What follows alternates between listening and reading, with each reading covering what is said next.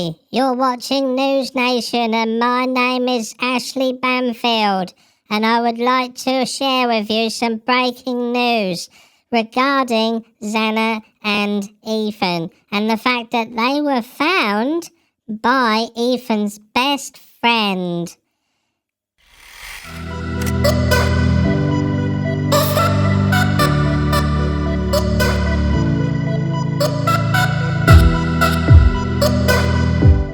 So, does anyone else have questions?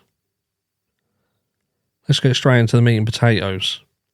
So there we just heard from Ashley Banfield regarding the fact that it was indeed Ethan's best friend who had apparently found the bodies of Ethan and Xana. Now look, first of all, we must say, look, if that's the case, then that's horrific, and I hope that this guy gets any help that he needs, because that's not something that is ever going to leave someone. You know, I can't even begin to imagine what that would be like. Answers some questions regarding perhaps why the 911 call was stating an unconscious person. At the end of the day, it can't be determined over the phone, even from a legal perspective, whether someone is indeed deceased or not. They need to have someone who is able to medically state that. So, look, that maybe answers some questions, but there still are some questions. Why was the friend there in the first place? Was it that he came over just off his own back, his own accord, and stumbled across this scene around lunchtime the next day? There's been rumours about the front door being left open. Was indeed the front door left open? And did the front door being left open serve the purpose intended? And that was that someone would indeed see the door, they'd walk in, and they'd stumble across this horrific scene and be the ones to make the call. And then the people in the house, the survivors or survivor, we still don't know if 100% both of them girls were in there. But look, is that what happened? Is that someone else came in, found them, made the call, and the rest is history? Or were they called to the property? And if that's the case, why were they called to the property? Were they called to the property because they weren't the first people to find them? They were just the people who found them and called it in. Because it still asks the question as to why not call 911? Why not call the authorities? Because if they were called to the property, if friends were called to the property and friends were called and they subsequently went and checked on them, then that frozen shock fear and all that bullshit goes firmly out of the window. Goes firmly out of the window. And there is then no excuse for it. There is absolutely no excuse for it unless these kids are just stupid. And is there, like we've said before, is the lesson to be learned here about teaching our kids what to do in certain situations?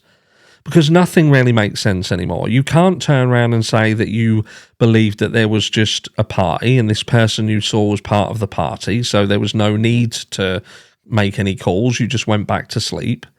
Because then we have to buy this, okay, you went back to sleep and you stayed asleep and didn't wake up and didn't need the loo or anything after a night drinking and partying or whatever until fucking midday. Or maybe I just forget what it was like to be young. I don't buy that. So again, why was these people, these kids, in the house before law enforcement?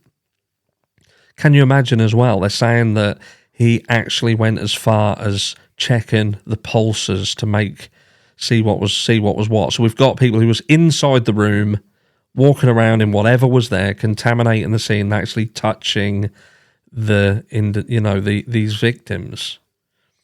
It's going to be a defence team's dream. It's going to be a defence team's dream.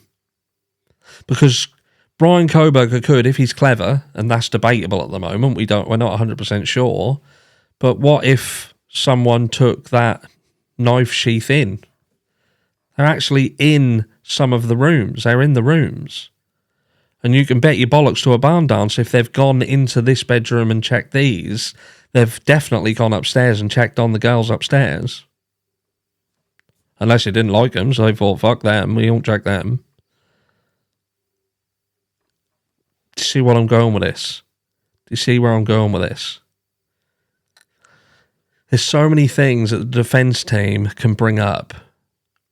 Now, in order to convict Brian Kohberger of this crime, if he did indeed do it, and all they have is circumstantial evidence, even that circumstantial evidence needs to be proven without any doubt left whatsoever. No, nothing.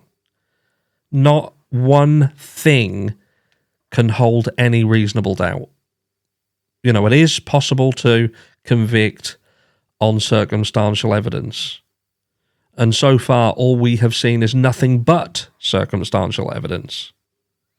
But things like this, where law enforcement is not called before friends are called, friends are entering the house and going into these scenes and touching these victims, that ain't good.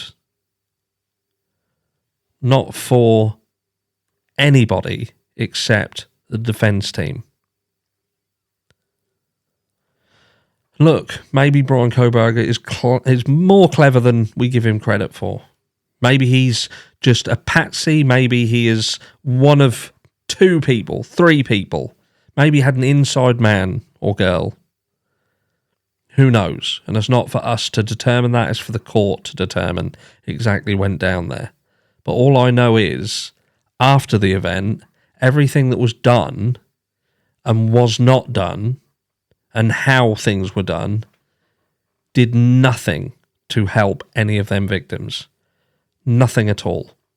For the person who found them, I hope they are okay. I hope that that is something that they can get past and it, you know, doesn't affect them too bad throughout their lives. I do truly mean that. But I just wonder what they were doing there. And why people didn't just think, we need to get away from here. We need to get back and get law enforcement and let them do their job. Because we are not going to help here. We're not going to do anything to help anyone. Let me know what you think, and I'll catch you all in the next one.